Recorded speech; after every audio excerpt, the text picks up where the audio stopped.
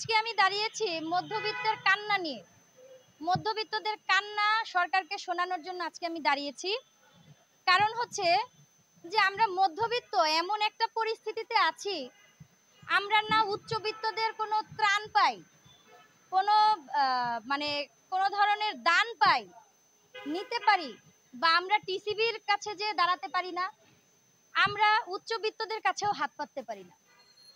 আমরা মধ্যবিত্তরা এমন একটা পরিস্থিতিতে আছি, আমাদের সামাজিক অবস্থান এবং আমাদের সামাজিক মর্যাদার জন্য আমরা কিন্তু নিচু পর্যায়ের কোনো কাজ করতে পারি না।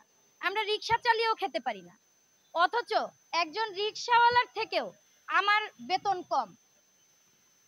আমি একজন মাস্টার্স পাস মেয়ে হয়ে আমার বেতন ছিল 20,000 টাকা, আর একটা রিক্সাওয়ালা মামার ইনকাম হচ্ছে মাসে 30,000 টাকা। কিন্তু তার জীবনযাপনের ব্যয় কিন্তু আমার মতো নয়। সে হয়তো একটি ক্ষুদ্র বাসায় থাকে, তার বাসা ভাড়া খুব বেশি হয় না। সে হয়তো দেখা যায় যে সে শাকভাজি, একটা ভর্তা বা কখনো হয়তো পান্তা ভাত খেয়ে থাকে। কিন্তু আমি কিন্তু মধ্যবিত্ত পরিবার, আমার সন্তানটা হয়তো মুরগি ভালোবাসে বেশি, বা হয়তো একটা বড় মাছ ভালোবাসে বেশি। আমি, আমার স্বামী বা আমার পরিবারের অন্য সদস্য হয়তো একটু কম খেয়ে আমি হয়তো বাচ্চাটাকে একটু ভালো এবং বেশি খাওয়াই। ব্যাপারটা এরকম হয়। আমরা মধ্যবিত্তরা কি করি ভাই?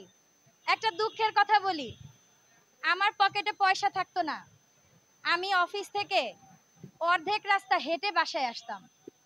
আপনারা জানেন আমার অফিস ছিল গুলশানে, আমার বাসা হচ্ছে মগবাজার। হাতিরঝিল চক্রাকার বাস সার্ভিসের ভাড়াও কিন্তু বাড়িয়ে দিয়েছে, অনেক বছর হলো, করোনার পরপরই এটা বাড়িয়ে দিয়েছে। তো তারপর দেখেন আমার গাড়ি ভাড়া যেত প্রতিদিন 120 টাকার মতো। আমি করতাম কি, অর্ধেক রাস্তা হেঁটে আসতাম। অর্ধেক রাস্তা হেঁটে এসে আমি 60 টাকা আমি বাঁচাতাম। এরকম করে ধরেন 2-3 দিন যাওয়ার পরে যখন আমি 200 টাকা বাঁচাতে পারতাম, সেদিন আমি আমার মেয়েকে বলতাম যে মামনি আজকে কি তুমি বাহিরের কিছু খাবে? সে যদি বলতো মামনি আজকে একটা কেক নিয়ে এসো, বা একটা চিপস নিয়ে এসো, বা একটা আইসক্রিম নিয়ে এসো, সেই জিনিসটা আমি অর্ধ রাস্তা অফিস থেকে পায়ে হেঁটে টাকা বাঁচিয়ে আমার আমার সন্তানকে সেটা দিতে হতো। তাহলে এই যে আমরা মধ্যবিত্তরা, আমরা ঠিকভাবে শ্বাস নিতে পারি না। শ্বাস নিতে গেলে আমাদের কষ্ট হয় কেন জানেন? এই যে যে বাজার মূল্য, বাসা ভাড়া, খাওয়া খরচ, চিকিৎসা খরচ, বাসস্থান খরচ, খাদ্য খরচ, সবকিছু মিলিয়ে আমাদের উপরে যে চাপ, এই চাপটা আমরা মধ্যবিত্তরা নিতে পারি না। তাই আমরা যে বুক ভরে একটা নিঃশ্বাস নেব, সেই নিঃশ্বাসটা আমরা নিতে পারি না। এখন আমি আপনাদেরকে একটা ছোট্ট বলি, আমি আরেকটা ব্যানার করতে চেয়েছিলাম, সেই ব্যানারটা আরেকদিন নিয়ে দাঁড়াবো ইনশাল্লাহ। আমি যে বাসাটায় থাকি ভাই, একটা খাট ফেলার পরে একটা আলমারি ভালো মতো ফেলা যায় না, কিন্তু সেই বাসাটার ভাড়া হচ্ছে 16,000 টাকা, এবং 3টি বিল, বিদ্যুৎ, পানি এবং গ্যাস, এই 3টি বিল 1,000 টাকার মতো আসে। তাহলে 16,000-এর সাথে 3,000 যোগ হলে কত হয়ে গেল? আমার বাসস্থান খরচের জন্য আমাকে দিতে হচ্ছে 19,000। মধ্যবিত্ত বলে কি আমাকে শুধু পিজিতেই যেতে হবে? কেন? আমি কি একজন ডক্টরকে দেখানোর আশা পোষণ করতে পারি না? একজন ভালো দেখি 4,000 টাকার নিচে কোনো জামা নাই।